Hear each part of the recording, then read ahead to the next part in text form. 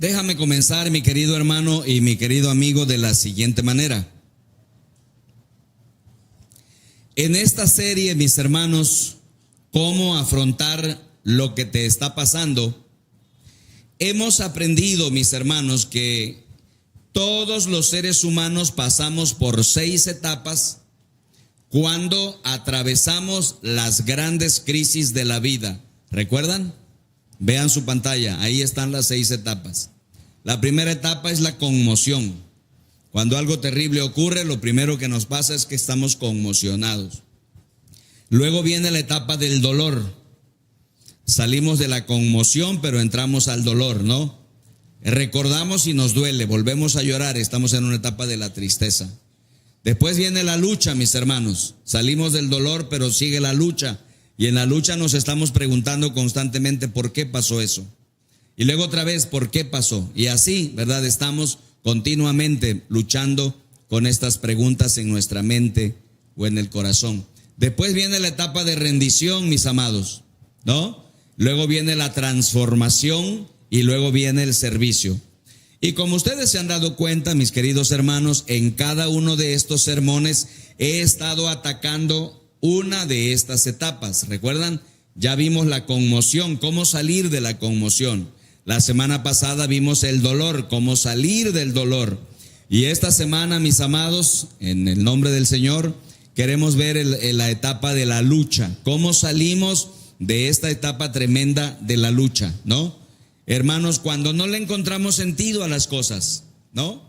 Cuando nosotros pasamos por situaciones terribles y luego nos preguntamos ¿por qué?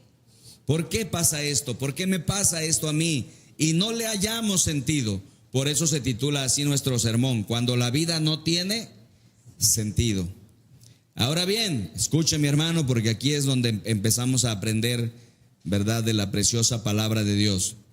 Si tú quieres salir de esa etapa, de la etapa de lucha, de la etapa en donde te estás preguntando por qué pasó eso, y las preguntas son interminables, y cada mañana te levantas y otra vez te preguntas lo mismo, ahí estás preguntándote, ¿por qué pasó eso? ¿Por qué Dios no hizo nada? ¿Por qué Dios se quedó callado? ¿Por qué las cosas me han sucedido?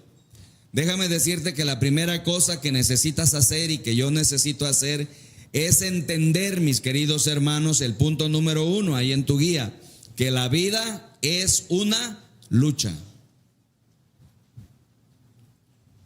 Escuchen, mis queridos hermanos y mis amados, todo el mundo está luchando en su vida.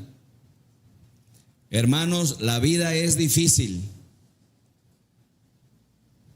Creo que todos estamos de acuerdo con eso, ¿no? Es difícil porque el pecado ha roto todo lo que hay en el mundo. Cuando Adán y Eva pecaron, mis amados, Dios dijo en Génesis 3:17, veamos de cerca lo que Dios le dijo a Adán y a Eva en Génesis 3:17. ¿Qué dice?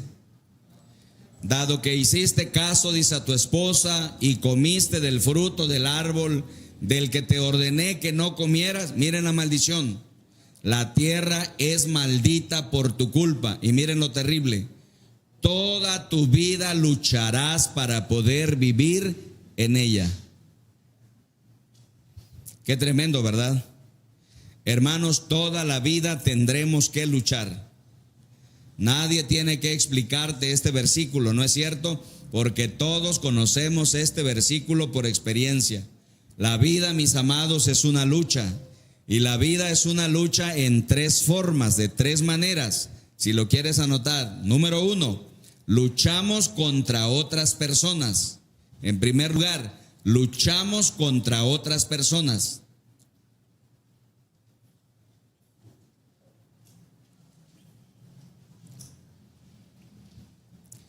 Creo que todos nos damos cuenta, mis queridos hermanos, que cada relación está rota por el pecado.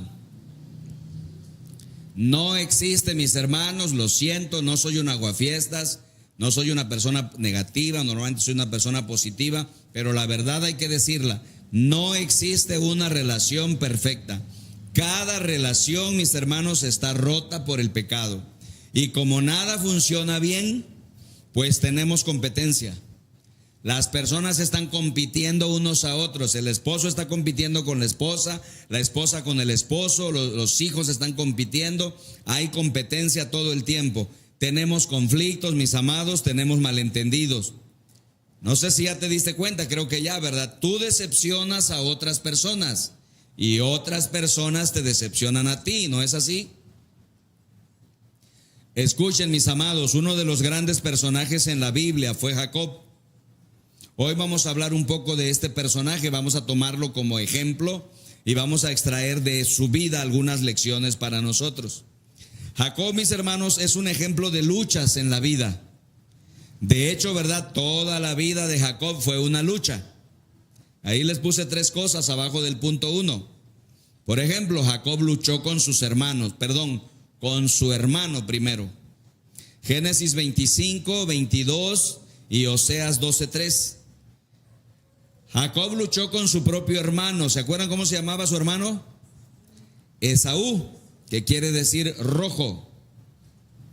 Porque el niño y después el joven, ¿verdad? Era rojo literalmente, su cabello también rojo, ¿no? De hecho, mis hermanos, cuando se robó la primogenitura y se robó la bendición, Jacob luchó con su hermano. Luchó con sus parientes, te lo puse ahí también, Génesis 31, versículos 1 y 2. Eran celosos sus parientes y se engañaron mutuamente. Por ejemplo, su suegro lo engañó a él, ¿recuerdan? Pero él también engañó a su suegro, así vivían. Estaban luchando como parientes. Y también luchó con sus hijos, ahí te lo puse en tercer lugar, Génesis 37 al 50. Mira, son 13 capítulos.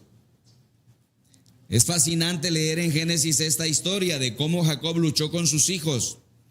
Eran una familia muy disfuncional por el favoritismo. A mamá le agradaba uno de los hijos y al papá le agradaba otro y todos los demás quedaron fuera. Jacob estuvo luchando, mis hermanos, toda su vida. En segundo lugar, mis hermanos, luchamos con nosotros mismos. Primero luchamos con otras personas y en segundo lugar luchamos con nosotros mismos.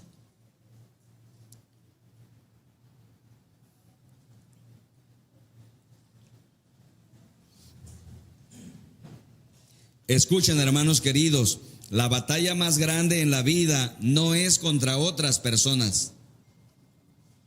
La batalla más grande está dentro de ti. No sé si ya te diste cuenta de eso. Las luchas más grandes en nuestras vidas, hermanos, no es contra otras personas. Las luchas más grandes es contra nosotros mismos. Luchas, por ejemplo, con tus miedos. Luchas con tus defectos. Luchas con tus tentaciones. Luchas con tus inseguridades. Luchas con la culpa, con el remordimiento, con el resentimiento, con tus compulsiones, con tus debilidades, con tus pecados. Luchas con tus adicciones. La lista es interminable. Hermanos, las personas estamos luchando constantemente contra una serie de cosas que nos están saboteando la vida y nos están destruyendo. Luchamos con nosotros mismos. Jacob tenía este tipo de luchas, mis amados, al igual que nosotros. Luchaba consigo mismo, luchaba con su culpa, luchaba con sus miedos, con su pasado, luchaba con sus defectos de carácter, luchaba con sus remordimientos, etcétera. Pablo nos dice en Romanos 7, 15, 23 que nos pasa lo mismo a nosotros. Miren lo que dice Pablo en Romanos capítulo 7, versículos 15 al 23. ¿Qué dice? No me entiendo a mí mismo. Claro. ¿Por qué? Quiero hacer lo que es correcto, pero no lo hago. En cambio, hago lo que odio. ¿Qué te parece? Quiero hacer, dice, lo que es bueno, pero no lo hago. No quiero hacer lo que está mal, pero igual lo hago. Hay otro poder dentro de mí que está en guerra con mi mente. Todos nos podemos identificar, mis amados, con este texto. Muchas veces queremos hacer las cosas correctas, las cosas buenas, pero mis hermanos terminamos haciendo lo malo, ¿no es cierto? Muchas veces no queremos hacer lo malo, queremos hacer lo bueno, pero terminamos haciendo lo malo. Hay una lucha tremenda dentro de nosotros. Quisiéramos aspirar a hacer el bien, pero siempre terminamos haciendo el mal. Qué terrible, no sé por qué me pasa eso, dice el apóstol Pablo. Pero las luchas más grandes de la vida, mis hermanos, es la número 3. Luchamos con Dios.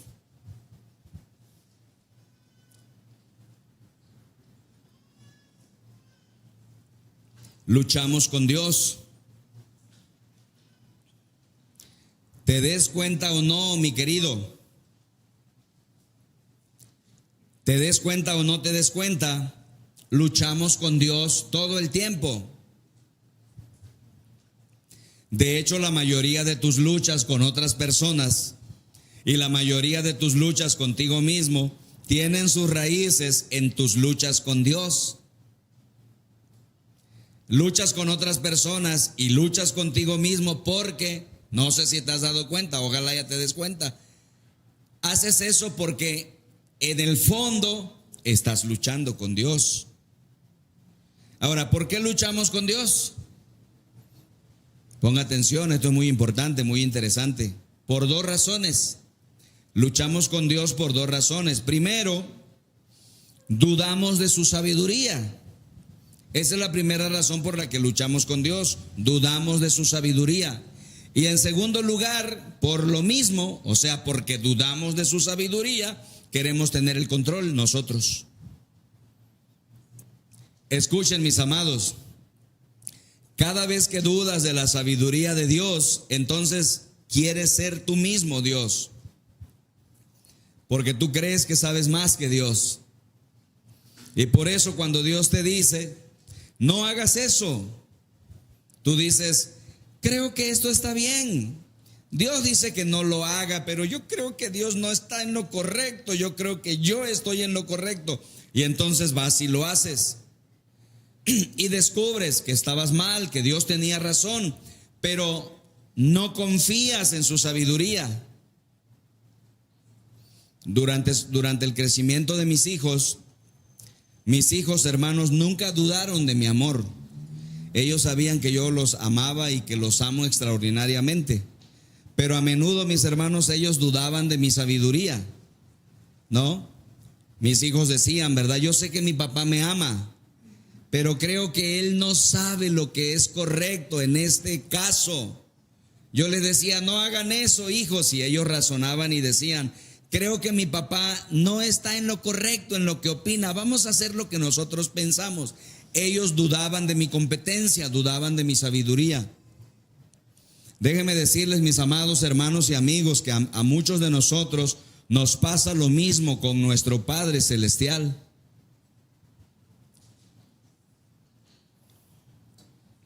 Nos pasa lo mismo con Dios. Sabemos que Dios nos ama, no hay ninguna duda al respecto, pero a veces dudamos de su sabiduría. Y por eso nos preguntamos, ¿por qué permitió eso Dios?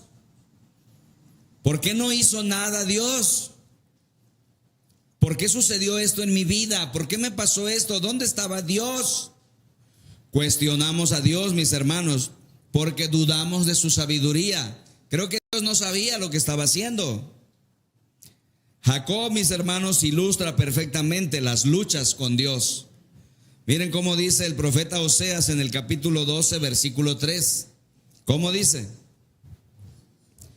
Cuando se hizo hombre, dice, luchó con Dios. ¿Sabe de quién está hablando? El profeta de Jacob. Escuchen, hermanos, como un bebé luchó con su hermano.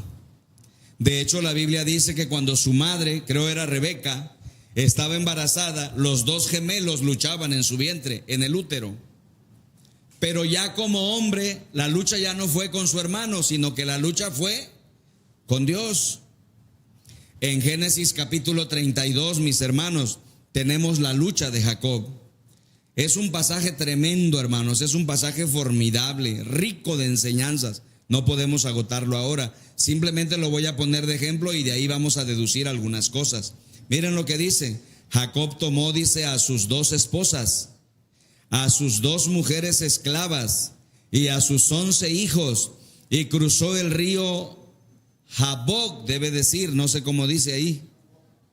Corrijan por favor, porque ahí fue un error de la computadora, porque como no detecta el nombre, Jaboc es un nombre nuevo, la computadora registra el nombre anterior, el que sí conoce, pero debe decir el río Jaboc.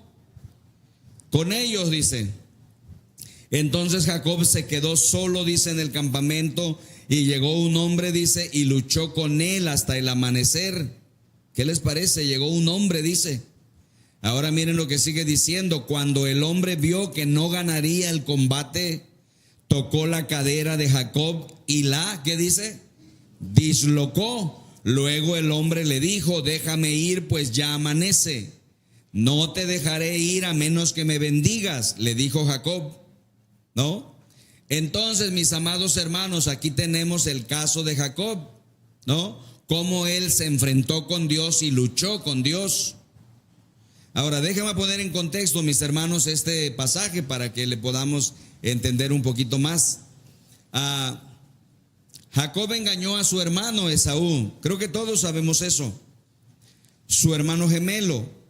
Le robó la bendición, le robó el derecho de nacimiento, le robó la primogenitura, lo engañó y con engaños le robó la herencia. Su hermano Esaú se enojó muchísimo, ¿no? ¿Y qué creen que quería hacer? Suena muy feo y fuerte, pero la Biblia dice que quería matarlo. Entonces la mamá de Jacob, ¿verdad?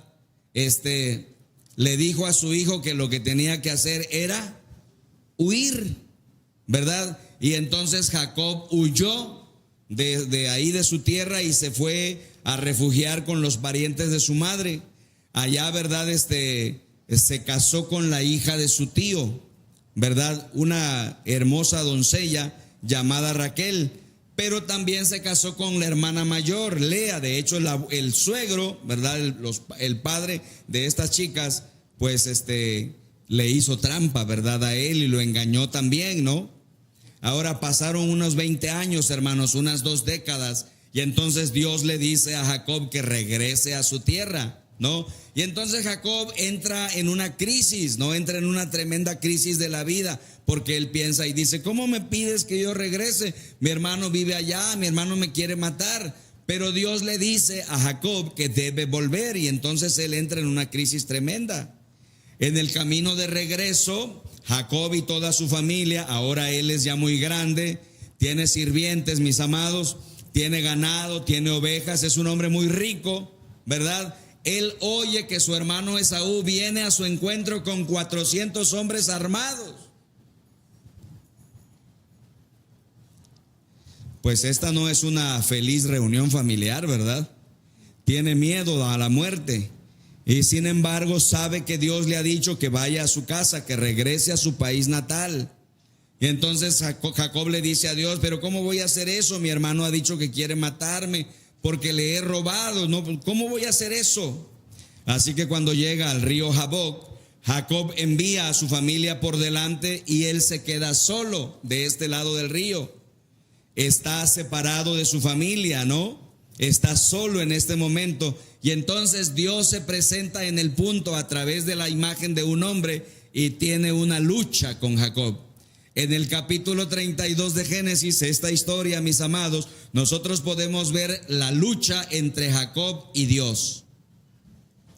Ahora, mis hermanos, esta es una historia muy importante en la Biblia porque nos enseña cómo luchar con Dios y ganar. Creo que tienes que saber esto, mi amado, porque vas a ir a través de grandes crisis y grandes luchas en tu vida y necesitas aprender cómo luchar con Dios y ganar. Cómo pasar a través de estas tremendas crisis de la vida y obtener la victoria. Cómo luchar con Dios y obtener de Él su bendición. La Biblia nos dice, mis hermanos, que cada una de las historias en la Biblia fueron escritas y puestas allí para enseñarnos acerca de cómo tener una mejor relación con Dios. Esta historia no es la excepción. Así que vamos a ver cómo pasamos a través de las grandes luchas de la vida, especialmente cuando estamos luchando con Dios, cuando estoy enojado con Dios, cuando estoy molesto con Dios, cuando estoy decepcionado de Dios, cuando creo que Dios me ha dejado caer, cuando he orado y no tengo una respuesta. Esto se llama una lucha, hermanos y amigos. Y déjeme decirle algo tremendo, mis hermanos. Muchas personas estamos en esa situación en algún momento de nuestra vida. Nos enojamos con Dios, le preguntamos a Dios, hacemos cuestionamientos a Dios, no obtenemos respuestas, estamos molestos con Él. Hay personas que tienen años molestos con Dios, están en esta lucha, preguntando por qué Dios permitió eso y no obtienen respuestas. Y la relación está truncada, la relación está rota y no han podido salir de la etapa número 3.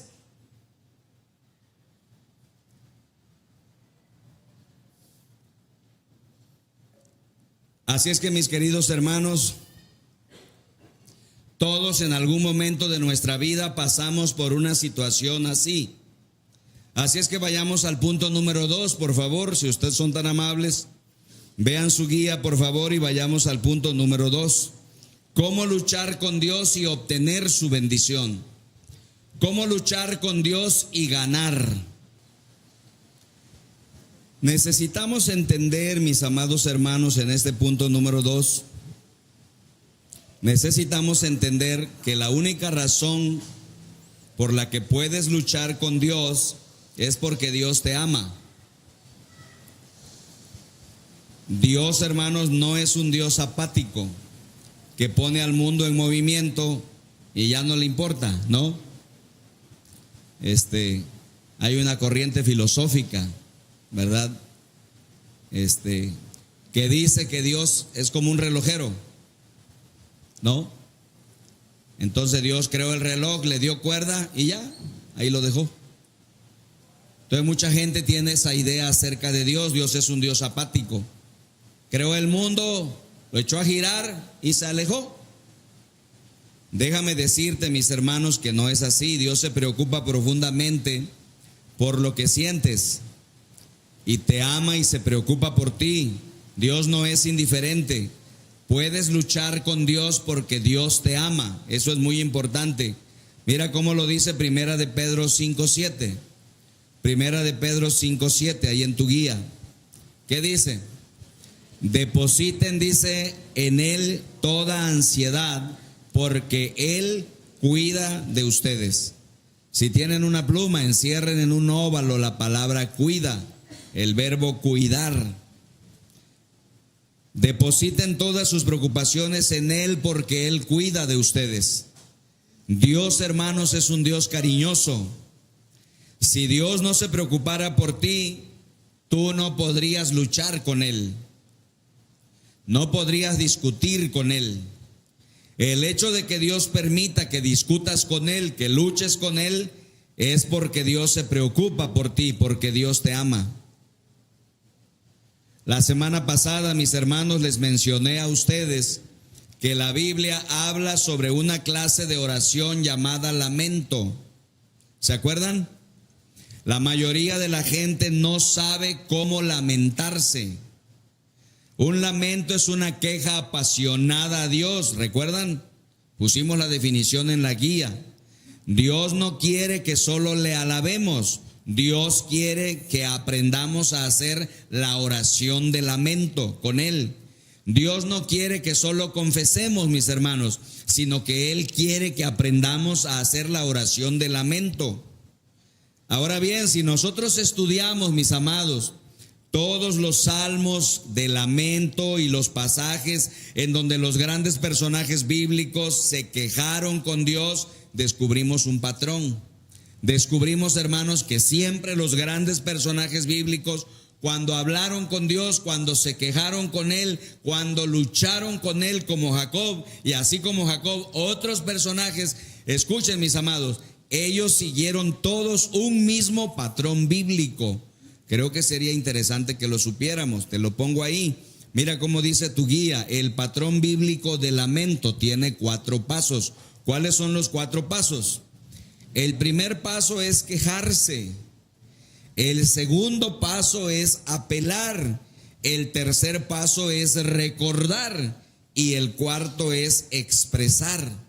Bueno, déjame ahora ampliar estos 4 pasos. Estos son los siguientes 4 pasos o 4 puntos.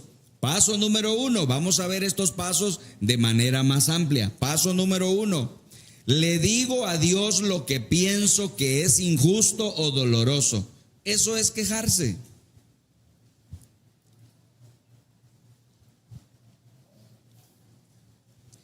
El primer paso, mis hermanos, para liberarnos de estas luchas internas que tenemos en nuestra mente y en nuestro corazón es este, y es un paso genial. Ojalá lo puedas aprender y ponerlo en práctica. El primer paso es que le digo a Dios lo que pienso que es injusto o doloroso. ¿Qué cosa es eso, hermanos? Eso es una queja. ¿Qué cosa es una queja? Una queja correcta es decirle a Dios lo que pienso que es injusto o lo que pienso que es doloroso. Y cuando haces eso, así te liberas. ¿Qué te parece? Voy a ponerles un ejemplo. Vean el Salmo 142, versículos del 1 al 3, por favor.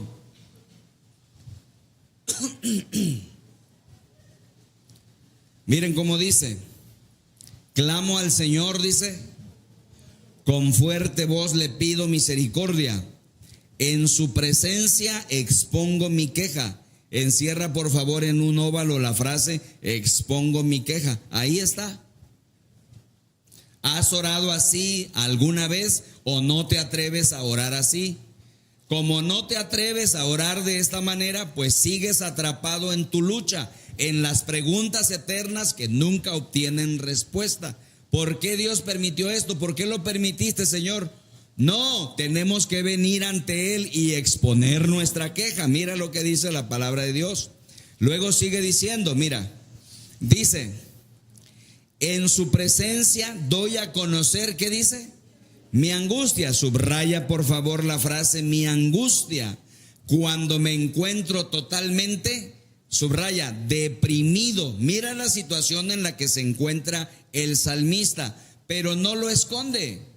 No llega ante Dios, ¿verdad? Fingiendo. No llega ante Dios diciendo, pues estoy bien. No, no estoy bien. Mira cómo estoy.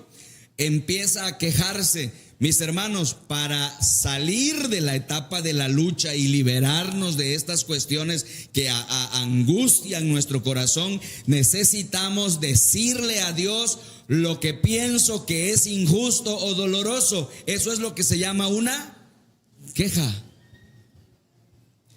Ahora bien, mis queridos hermanos, esto que voy a decir es muy importante. Lo dije la semana pasada, pero ahora quiero ampliarlo un poquito más porque es muy importante. Necesitamos quejarnos con Dios, no quejarnos de Dios. ¿Sí me estoy explicando? Una queja válida por medio de la cual Dios nos libera es cuando nosotros nos quejamos con Dios, no nos quejamos de Dios. Creo que todos entendemos eso, ¿no? Una cosa es quejarte con tu mamá y otra cosa es quejarte de tu mamá. Una cosa es quejarte con tu papá y otra cosa es quejarte de tu papá. La queja correcta que te libera, la queja liberadora, es la queja que haces con Dios, no la queja que haces de Dios. ¿Sí me estoy explicando? Mis amados hermanos y mis amigos, Moisés se quejaba con Dios. El pueblo de Israel se quejaba de Dios. ¿Recuerdan? Moisés llega y se queja con Dios y Moisés es liberado. El pueblo de Israel se queja de Dios y se queda atascado. Esta es la diferencia entre una persona que es liberada y una persona que se queda atascada. ¿Quiénes son liberados? Son liberados los que se quejan con Dios, no los que se quejan de Dios. ¿Tú cómo le haces? Tremendo, ¿verdad? Es una cosa tremenda conocer a Dios y lo que Él espera que nosotros hagamos. La manera correcta, mis hermanos, es quejarnos con Dios, no quejarnos de Dios.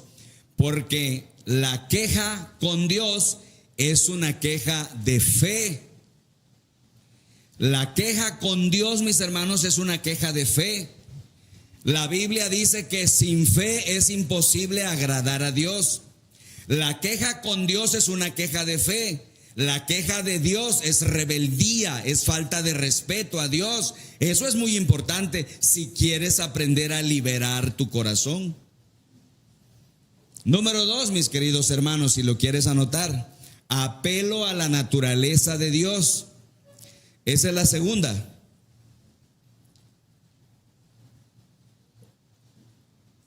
Entonces ya di el primer paso, ahora viene el 2.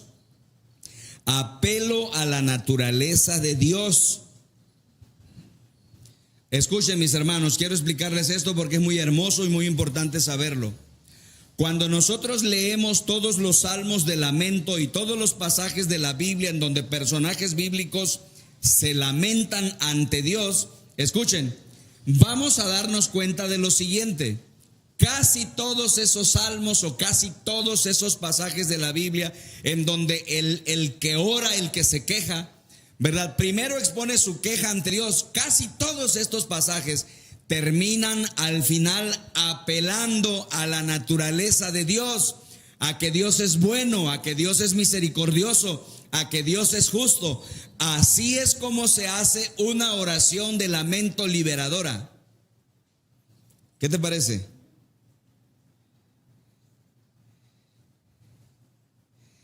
Abraham discutió con Dios sobre Sodoma y Gomorra, ¿recuerdan? Puedes leer eso en el libro de Génesis. Es fascinante leer la historia. Abraham viene a Dios y le dice: Señor, perdónalos, no los castigues. Y le pide a Dios, ¿verdad? Que si hay 50 justos, ¿se acuerdan? Si hubiere 50 justos, ¿no los perdonaría, Señor? Y Dios dice: sale pues. Entonces van y hacen la investigación y ¿hay 50 justos? No. Entonces Abraham viene con Dios y le dice: tú eres justo, tú eres bueno, tú no haces injusticia. ¿Qué quieres, Abraham? Bájame la cuota si no hay 50, pero si hubieran 20. ¿Y qué le dice Dios? Sale pues. Si hubiera 20, no los destruiré. Y entonces van y buscan y resulta que no hay los 20. Entonces pues ya no hay remedio. Abraham vuelve a apelar a la naturaleza de Dios y le dice: tú eres bueno, tú eres justo, tú eres misericordioso, tu corazón destila misericordia. ¿Qué quieres, Abraham? Y entonces Abraham dice: bájame la cuota si hubieran 10. Hermanos, el relato es impresionante porque te das cuenta el trato entre Dios y Abraham. Te das cuenta el trato entre Dios y el hombre. Aprendes a cómo tratar con Dios. Esto es maravilloso. Cuando tú estás en una oración de lamento liberadora, mi querido hermano, mi querido amigo, necesitas aprender a apelar a la naturaleza de Dios. Él es bueno, Él es misericordioso. Y cuando tú apelas a eso, tu mismo corazón se libera. Aprendes a confiar en un Dios bueno.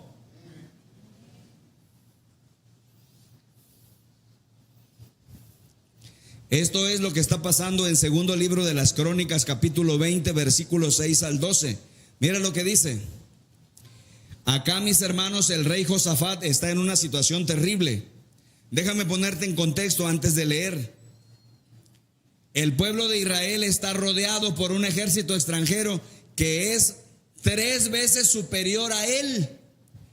Y se dan cuenta que no pueden hacer nada, se dan cuenta que los van a barrer. Humanamente hablando, saben que van a morir, están todos angustiados. Miren la oración de Josafat, miren lo que dice. Miren cómo presenta su queja, miren cómo lucha con Dios y miren cómo se libera. ¿Qué dice? Señor, dice, se los puse en mayúscula para que los veamos. ¿Qué dice? ¿No eres tú, dice, el Dios del cielo, el que gobierna a todas las naciones?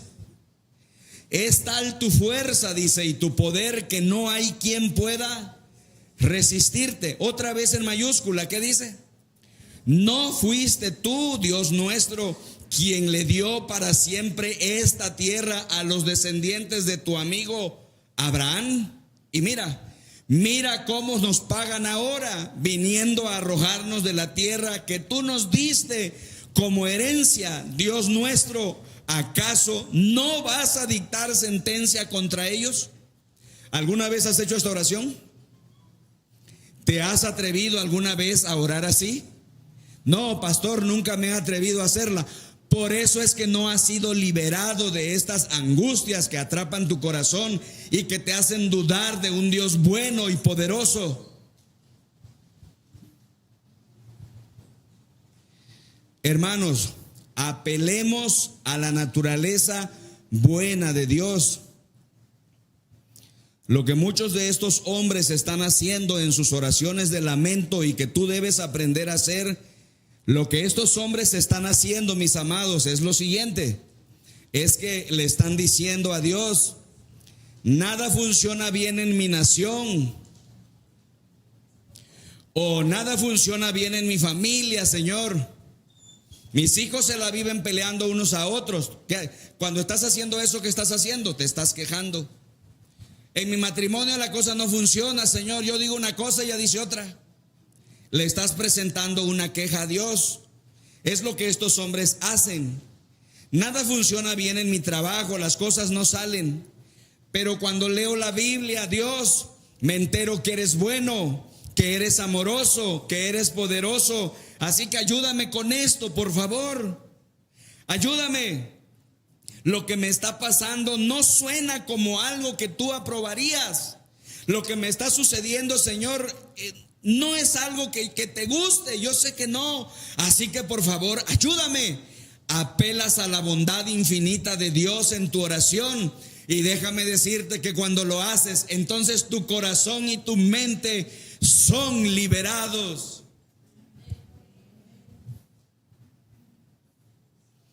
No sé si me captas el punto, pero me estoy esforzando. Porque, mis amados hermanos, aquí hay un gran secreto. ¿Cómo, mis hermanos, salimos de estas luchas terribles? Cuando estamos cuestionando a Dios y le decimos: ¿por qué pasó eso, Señor? ¿Por qué permitiste eso, Dios? ¿Por qué pasó esta terrible tragedia? Saca todo, quéjate, pero al final apelas a su misericordia y vas a ver lo que va a suceder dentro de ti. ¿Sí me explico? Pues no, pastor, pero por lo menos lo está intentando.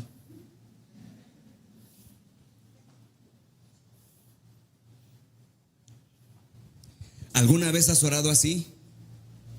Estoy en medio de un gran problema. Tengo una terrible enfermedad. Y voy y le digo y me quejo. Y luego le digo a Dios: ¿acaso no eres tú un Dios grande? ¿Acaso no tienes tú todo el poder? ¿A poco no puedes quitarme este tumor? ¿A poco no puedes deshacer esta enfermedad? ¿Qué van a decir las demás naciones cuando vean que no pudiste en mí? Y déjame decirte, eso conmueve a Dios. Y Dios actúa. Bendito sea su gran nombre. Pero para que hagas eso, tú necesitas pasar a otro nivel de relación con Él. ¿Capichi?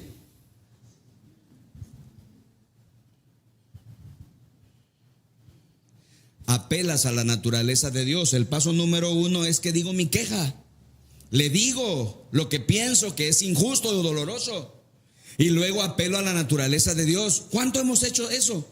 Hermanos, muchísimos cristianos nunca lo han hecho en su vida. Y por eso siguen arrastrando esa frustración, ese enojo y ese coraje contra cosas que ellos piensan que Dios les ha hecho y que no les ha hecho caso. Número 3, amados. Está tremendo esto, ¿no? Está tremendo esto, pero número 3, mis amados, le recuerdo a Dios lo que Él ha dicho. Mira qué maravilla, qué cosa tan tremenda.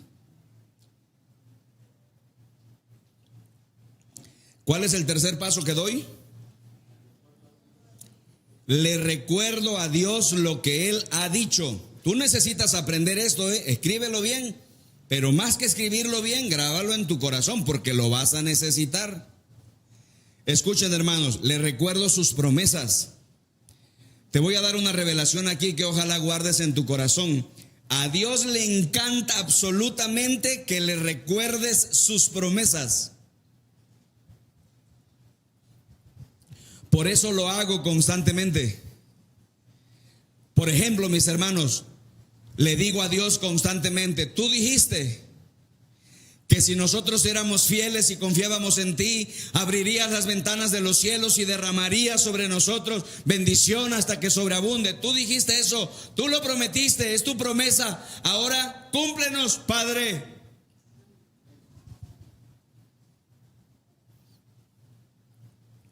Cuando mis hijos eran pequeños, ellos sabían cómo hacerme cumplir mis promesas.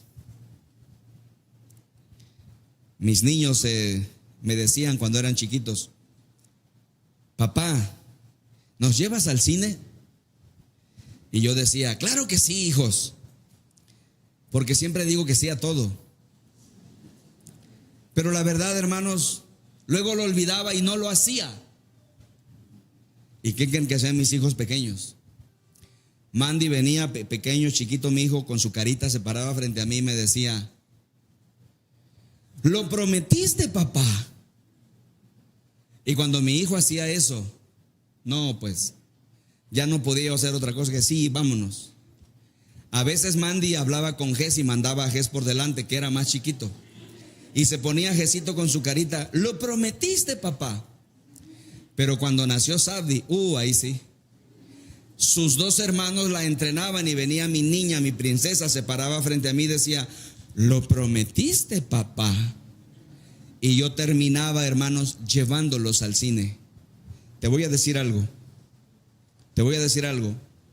Lo mismo ocurre con tu Padre Dios. Le recuerdas a Dios lo que dijo.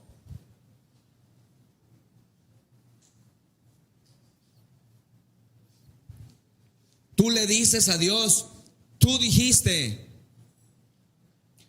tú lo prometiste, Padre. ¿Te has atrevido a hacer una oración de sanidad así alguna vez? No. Tal vez por eso no has sanado.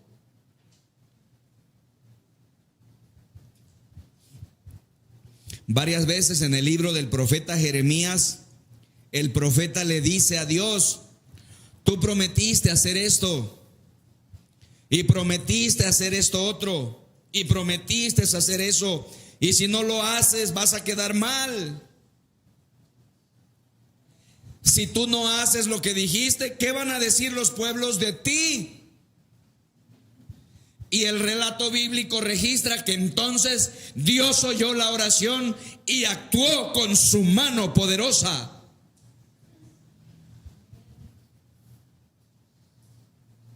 Es la manera en la que somos liberados en esta tercera etapa de la vida cuando pasamos por terribles crisis. Le recuerdas a Dios lo que Él ha dicho y experimenta lo que pasa dentro de tu mente y dentro de tu corazón. ¿Estás aprendiendo algo valioso esta tarde?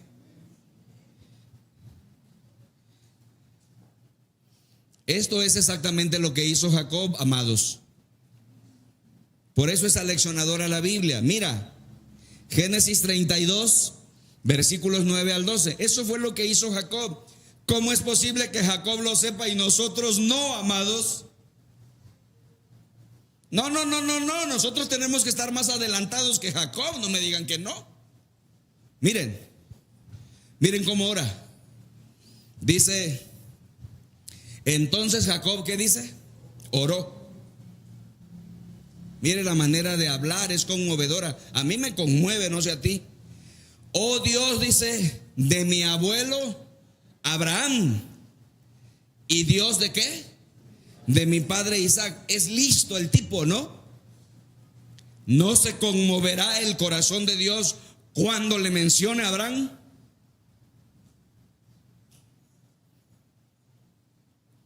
Dios conoce a Abraham, ¿sí o no? La Biblia dice que es uno de los pocos personajes que fue llamado como amigo de Dios. Y mire Jacob, ¿cómo le dice? Dios de mi abuelo Abraham. Dios entonces dice, a ver. Y luego mire lo que dice. Dios dice de mi padre Isaac. Oh, amados, es una gran cosa cuando tú en tu oración puedes apelar a tus padres. ¿Tú lo harías?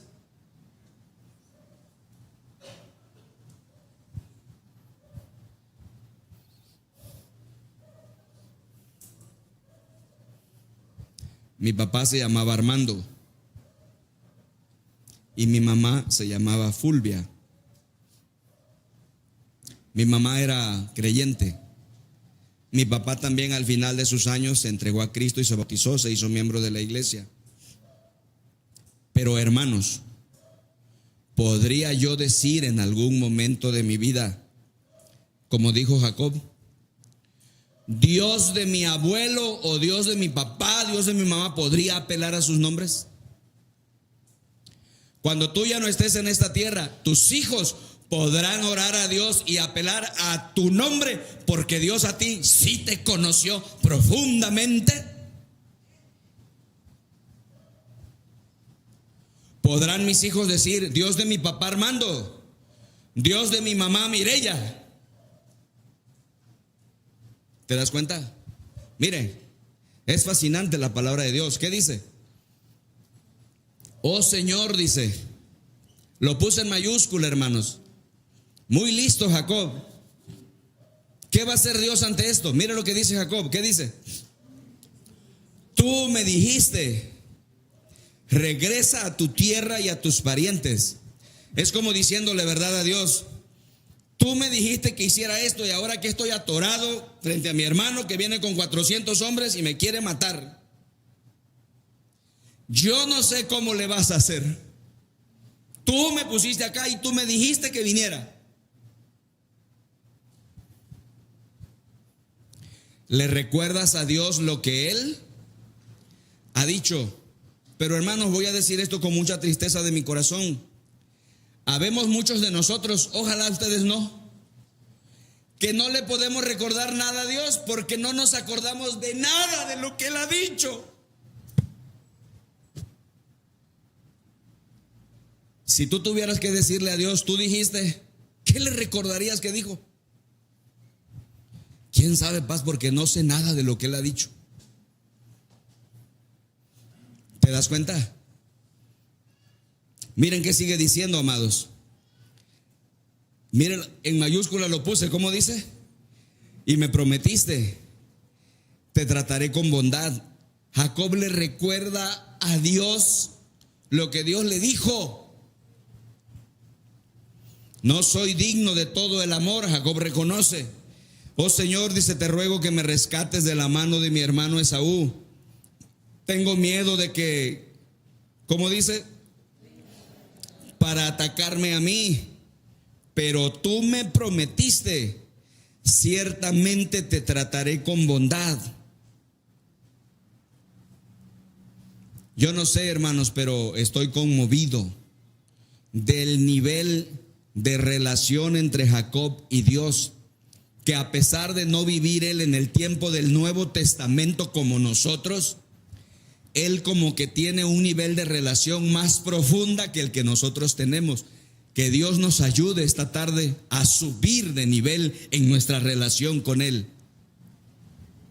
Y finalmente, hermanos, número 4.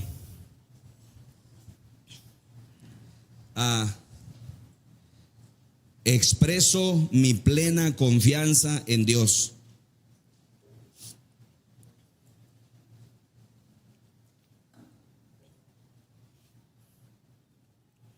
Esto, hermanos, es lo más fabuloso de todo. Este paso 4 es la cumbre de la montaña. Este paso 4, mis hermanos, es, como dicen, la cereza. Este paso 4 es lo máximo. A ver si lo podemos captar. Dios quiera que sí. Mire, cuando ves los salmos de lamento de David o los otros textos de la Biblia en donde los personajes están haciendo oración de lamento, casi todos los finales de los salmos de lamento terminan. No importa cuál haya sido la queja ni cuál haya sido la protesta que David presentó o que Jeremías presentó o que Elías presentó, no importa cuál haya sido la protesta que presentó ante Dios, casi todos estos textos terminan expresando una plena y total confianza en Dios.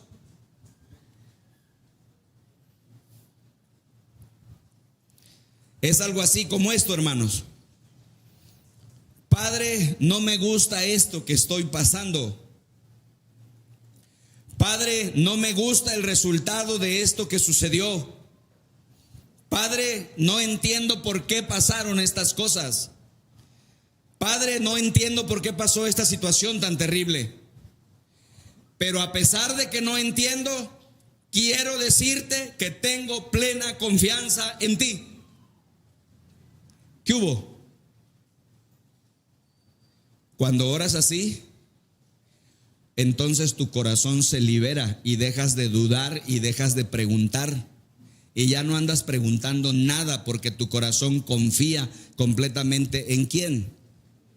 En Dios. Así terminan las grandes oraciones de lamento de los personajes bíblicos que caminaron y lucharon con Dios. Y si quieres salir de esta etapa terrible de la vida, entonces así deben terminar tus oraciones también. Te voy a poner un ejemplo sublime. Mira, Job 13:15. Es increíble, hermanos. Esta oración de Job me mata. Esta es una oración, como dice un comentarista de televisión, matona. Miren, todos aquí saben lo que le sucedió a Job, ¿verdad? Resúmanlo brevemente, mis hermanos. ¿Qué fue lo primero que le pasó a Job? Perdió su fortuna. No, mis hermanos. Cuando nosotros perdemos la fortuna, ya no tiene que suceder nada más. Ahí se acabó todo.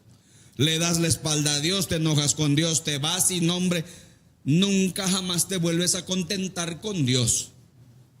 Job perdió su fortuna. En segundo lugar, ¿qué perdió? Sus hijos. Todos sus hijos murieron en un accidente terrible. Tercero, perdió a su mujer. ¿Se acuerdan qué le dijo su mujer? Maldice a Dios, dice, y muérete. Y se fue la señora. Bueno, aunque eso no sé si debamos catalogarlo como pérdida o ganancia.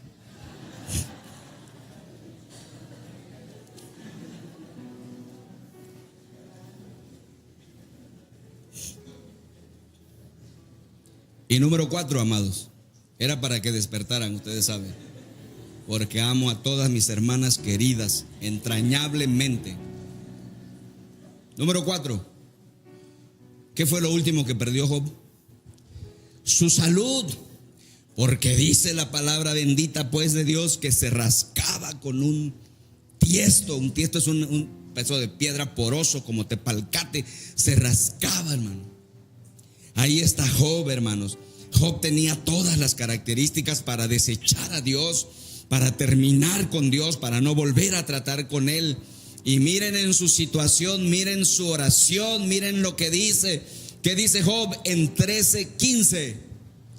Aunque el Señor me mate, dice, yo en Él confío. Dime una cosa. Un hombre o una mujer de fe que ora así, ¿va a seguir teniendo luchas en su corazón? ¿Va a seguirse preguntando, ay, ¿por qué pasó esto y por qué pasó aquello?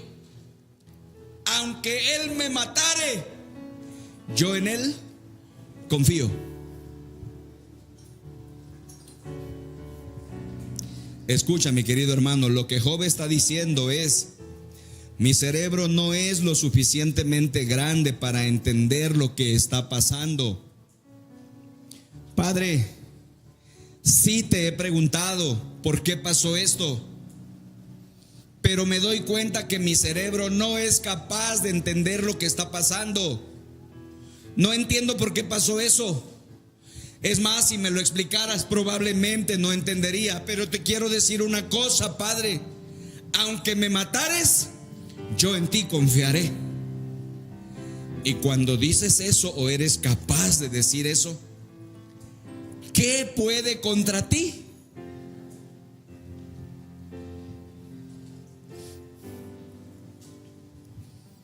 Quiero terminar, hermanos, diciendo que hubo un personaje más grande que Job que hizo esta oración, pero la hizo de una manera más real todavía. ¿Saben quién es ese personaje?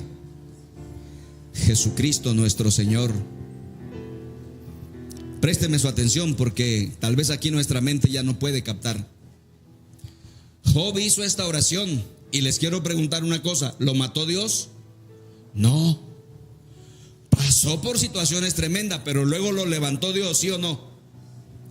Pero Jesús, hermanos, hizo la oración. Padre, dice, si es posible, ¿se acuerdan? Pase de mí esta copa, pero no se haga como yo quiero, sino como tú. ¿Y qué sucedió? Lo mató el Padre. En Él se cumplió: aunque Él me matare, yo en Él confiaré. Esa es la clase de fe que Dios espera que tú y yo tengamos.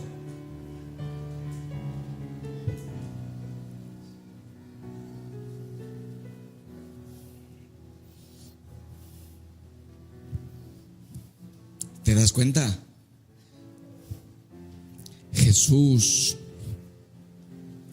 Jesús, Jesús,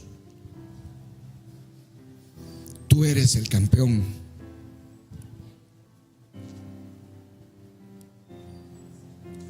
No hay nadie como tú.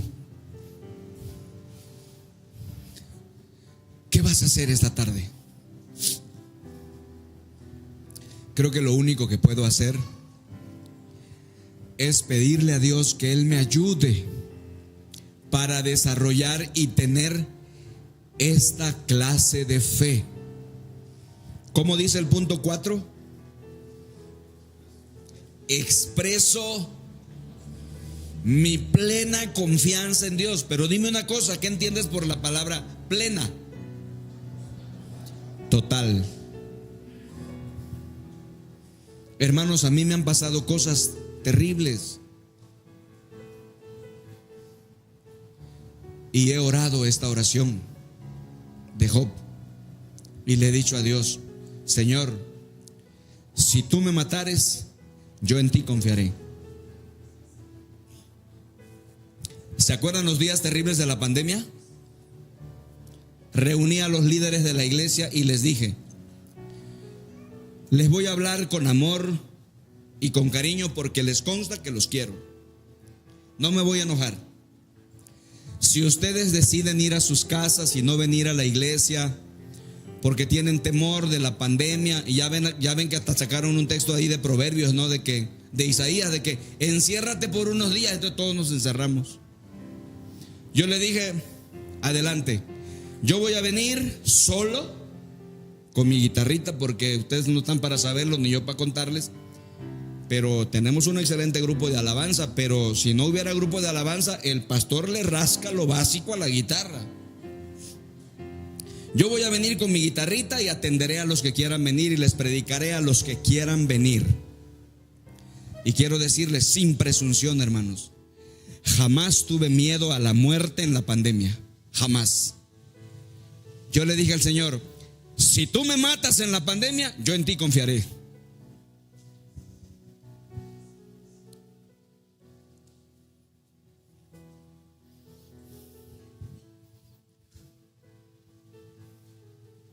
El Señor está con nosotros ahora.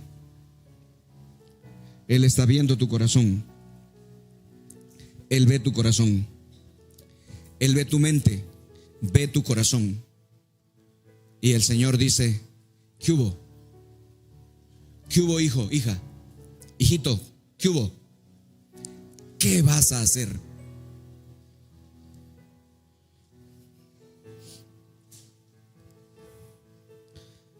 ¿Cuáles son las cosas en tu vida que no tienen sentido, mi hermano? ¿Con qué cosas has estado luchando con Dios en estas últimas semanas? ¿Por qué estás enojada con Dios, hermanita querida? Hermano amado, sabes que te amo, pero te quiero preguntar con franqueza, ¿por qué estás enojado con Dios? ¿Qué preguntas no te ha respondido? ¿Qué dudas tienes? ¿Qué luchas hay en tu corazón y en tu mente por lo cual no te decides de una vez por todas? Aquí están los 4 pasos magistrales, preciosos de la palabra del Señor para bendecir a los hijos y a las hijas que quieran creer totalmente en Él. Quiero pedirles que se pongan de pie junto conmigo y oremos al Señor.